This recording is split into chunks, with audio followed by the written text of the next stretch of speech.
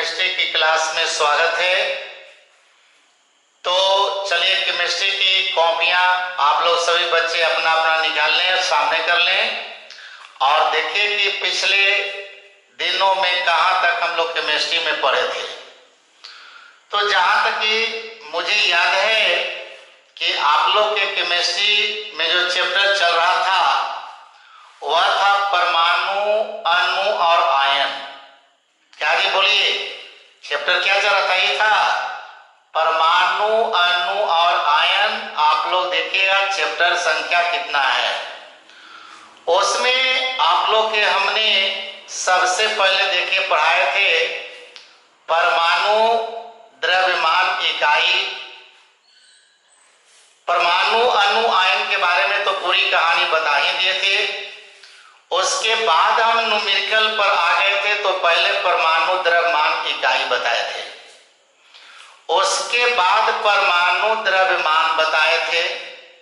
मिला दीजिएगा सब बच्चे, आप लोग कॉपी सभी। परमाणु द्रव्यमान के बाद हमने बताए थे ग्राम परमाणु द्रव्यमान। उसके बाद बताए थे आणविक द्रव्यमान। कोई दिक्कत हुआ तो कमेंट कीजिएगा, ठीक है। फिर बताए ग्राम परमाणु द्रव्यमान या ग्राम अणु। जहां तक मेरा विश्वास है कि यहां तक पढ़ाए थे। अब आप लोग भी देखेंगे कॉपी में कहां तक उतारे थे। तो देखिए आप लोग के अणु जब हम बता रहे थे तो कहते कि अणु दो प्रकार का होता है, ठीक है। एक था तत्व का अणु और दूसरा था यौगिक अणु, ठीक है। तो एक तत्व की अणु हो या यौगिक का अणु हो, उस अणु का अणुभार कैसे निकालिएगा, आणविक द्रव्यमान कैसे हम निकालते हैं, तो यही आज का क्लास है कि किसी अणु का आणविक द्रव्यमान या उसका भार कैसे निकाला जाए। तो आज हम यही बात पर विशेष रूप से चर्चा आप लोग से करेंगे। तो आइए सभी बच्चे पहले चैनल को सब्सक्राइब कर लेगा, उसके बाद आगे की कहानी अब हम लोग सुनेंगे। देखिए आगे की कहानी में है कुछ नहीं, एकदम हल्का चीज बता रहे हैं आज की क्लास में। अणु में चाहे तत्व का अणु हो चाहे यौगिक अणु, अब उसका अणु भार निकालने अगर आपसे कहता है, इसका मतलब सबसे पहले ये करना है कि देखना है कि उस अणु में एक तत्व है कि एक से ज्यादा तत्व है।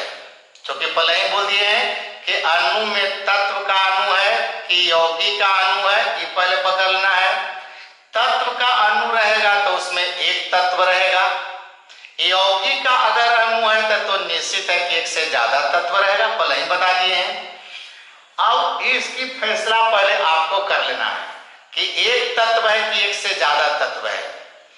उसके बाद क्या करना है कि उस अगर तत्व है एक हो या एक से ज्यादा है, तब प्रत्येक तत्व के परमाणुओं की संख्या अलग अलग लिख लीजिए। पहले कौन कितना कितना परमाणु है, उसके बाद उसके फिर परमाणु भार को देखिए कितना कितना है। आपको किताब में सूची भी दिल है, मन देखिए और किताब को खोल करके तो परमाणु भार के लिए एक पेज आपको दिया गया होगा, उसमें किसका कितना होता है, कितना क्या होता है।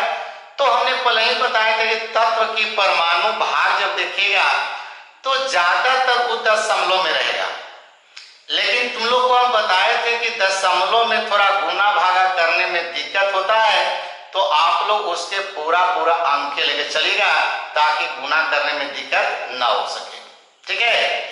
अब हम क्या कह रहे थे कि पहले देखेंगे उस अणु में एक तत्व है कि एक से ज्यादा तत्व है। अगर तत्व एक वो है तब परमाणु देखिए कै गो है। एक से ज्यादा तत्व है तब कौन कितना कितना परमाणु है, ये पहले लिख लीजिए। उसके बाद उनका परमाणु भार देखिए कितना कितना, उसको लिख लीजिए। अब परमाणु की संख्या से परमाणु भार में गुणा कर दीजिए। अगर एक तत्व है तो वही हो गया अणुभार। अगर एक से ज्यादा तत्व है तब प्रत्येक तत्व के परमाणु की संख्या से परमाणु भार में गुणा करिए। और सबको लास्ट में जोड़ दीजिए। तो लास्ट में जोड़ करके जो आएगा वही समझिए कि हो जाता है उसका अनुभाग। बात समझ रहे हैं? अब देखा जाए, जैसे कि यहां पर आप लोग को एग्जाम्पल भी हम दिए हैं। एग्जाम्पल में देखिए पहले लिखे हैं O2 का अनुभाग माने ऑक्सीजन।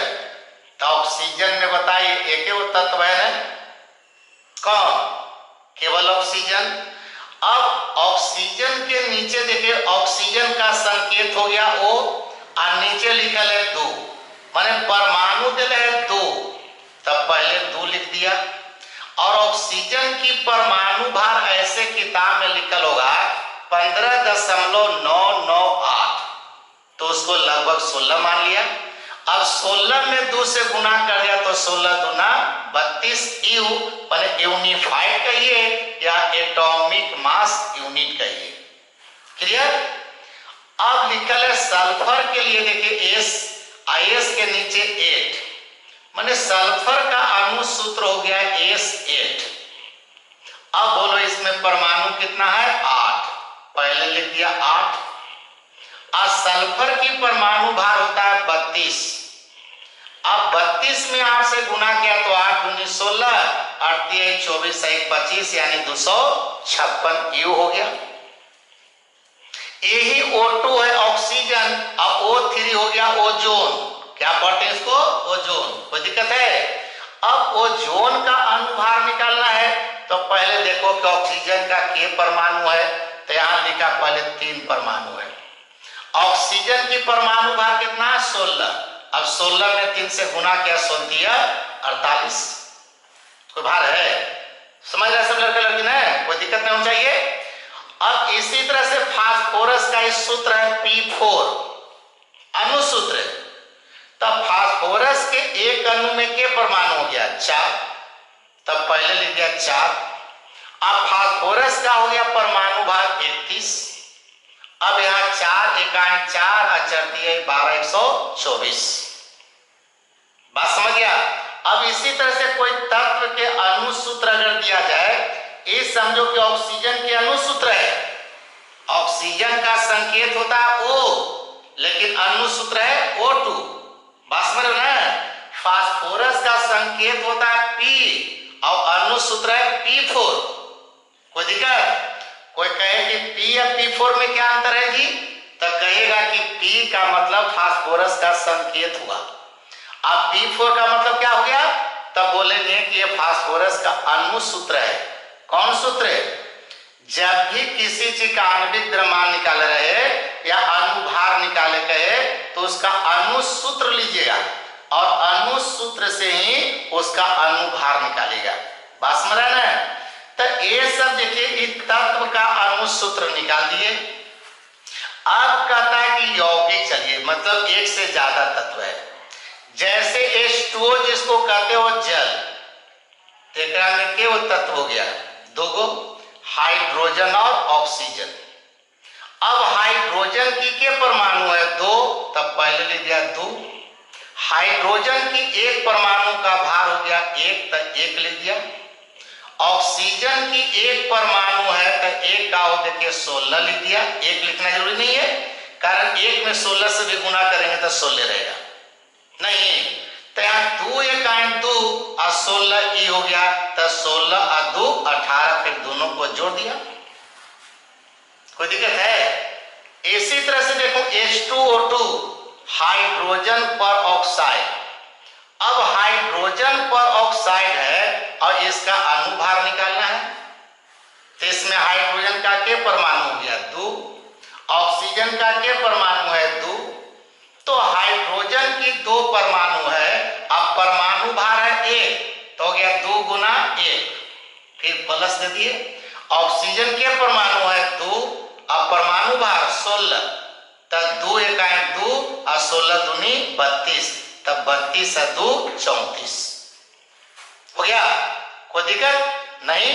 तो इसी तरह से आइए अब 3 तत्व वाला ले लिए हैं, हाइड्रोजन नाइट्रोजन ऑक्सीजन, और ये मिलके बनाया है नाइट्रिक अम्ल। क्या बनाया? नाइट्रिक अम्ल। कोई दिक्कत? अब इसमें के तत्व है? तीन तत्व। तो हाइड्रोजन का देखिए एक परमाणु, नाइट्रोजन का एक परमाणु, ऑक्सीजन का तीन परमाणु है ना। हाइड्रोजन का देखिए एक परमाणु, नाइट्रोजन का भी एक परमाणु, ऑक्सीजन का तीन परमाणु। तो हाइड्रोजन की एक परमाणु तो एक लिखना जरूरी नहीं है, एक डायरेक्ट परमाणु भार लीजिए। हाइड्रोजन की परमाणु भार किताब में दिया होगा 1.008, तो चलिए दशमलव के बाद जीरो आ गया तो उसको हटा दीजिए, तो एक बच गया। अब नाइट्रोजन का होता है 14, तो एक परमाणु में है तो यहाँ लिख गया 14। ऑक्सीजन है 3, तो 3 गुना 16, तो 14 1 15, 16 48, 8 5 13 की 3 4 1 5 1 6, नहीं अर्थात हो गया 63 हो गया जी। 8 5 13 की 3 बाकी 1 और 4 1 5 1 6। ये नाइट्रिक एसिड जिसको कहते हो इसका अनुभार निकल गया। इसी प्रकार से सल्फ्यूरिक एसिड H2SO4 में कितने तत्व है? तीन तत्व, हाइड्रोजन, सल्फर, ऑक्सीजन। तो हाइड्रोजन का के परमाणु 2, सल्फर का 1, ऑक्सीजन का 4। हाइड्रोजन का 2, सल्फर का 1, ऑक्सीजन का 4। अब सल्फर की 2 परमाणु, हाइड्रोजन की 2 परमाणु है तो 2 लिख दिया पहले, परमाणु भार 1 हो गया, प्लस कर दिया। सल्फर 1 है तो 1 लिखना जरूरी नहीं है, तो डायरेक्ट परमाणु भार 32 कर दिया। ऑक्सीजन के देखिए 4 परमाणु है तो 4 गुना 16 लिख दिया। कोई दिक्कत नहीं, तो यार 2 1 आए 2, अब 32 और 16 चौका 64, अभी तीनों को जोड़ दीजिए। कारण केरा में क्या तत्व है? तीन तत्व है, हाइड्रोजन है, सल्फर है, ऑक्सीजन है। अब तीनों को एक साथ जोड़ दिया तो 4 और 2 6 और 2 8, 6 और 3 9, ये हो गया 98 यू। कोई दिक्कत है किसी को? लड़कन को बोलिएगा, किसी को इसमें दिक्कत नहीं हो चाहे, क्योंकि सब बहुत हल्का टॉपिक तुम लोगों को समझा रहे हैं, जिसमें कुछ बच्चे पहले से भी जानते थे और जो न जानते थे वो जान लीजिए कि अनुभार कैसे निकाला जाता है या आणविक द्रव्यमान कैसे निकाला जाता है। बात समझ रहे हो? इसी प्रकार से ग्लूकोज है C6H12O6 के तत्व है? तीन तत्व है, ठीक बोला है। तो कार्बन के परमाणु है 6, तो देखो यहाँ 6 लिख दिया। हाइड्रोजन के देखिए 12 लिख दिया और फिर ऑक्सीजन के हम 6 लिख दिया, ले दिए। तब पहले कार्बन के 6 लिखा और कार्बन की परमाणु भार हो गया 12। हाइड्रोजन देखिए 12 है और परमाणु भार है 1। ऑक्सीजन देखिए 6 है, परमाणु भार है 16। अब बर 6 72 हो गया, 12 इकाई 12 हो गया और 16 6 96 हो गया। तो 6 और 2 8 और 2 10 हो गया, बाकी 1 बचा, 7 1 8 9 8 17 1 18, 180 ये हो गया। तो बताइए सभी लड़के समझ गए? तो अगर सभी लड़के समझ गए तो आज अपने किताब में से इसी तरह से कुछ यौगिक का आप अनुसूत्र लीजिएगा और अनुसूत्र लेकर के और अपने से बना के देखिएगा कि आप उसे बना पाते हैं कि नहीं। क्लियर है? अगर बनाना चाहते हैं तो बनाइएगा आप लोग, और बना देते हैं तो समझिए कि आप सीख गए। ठीक है ना? तो यहीं पर क्लास को लास्ट करते हैं। तो चलिए आज की क्लास यहीं पर लास्ट होता है। सभी बच्चों को गुड नाइट, धन्यवाद।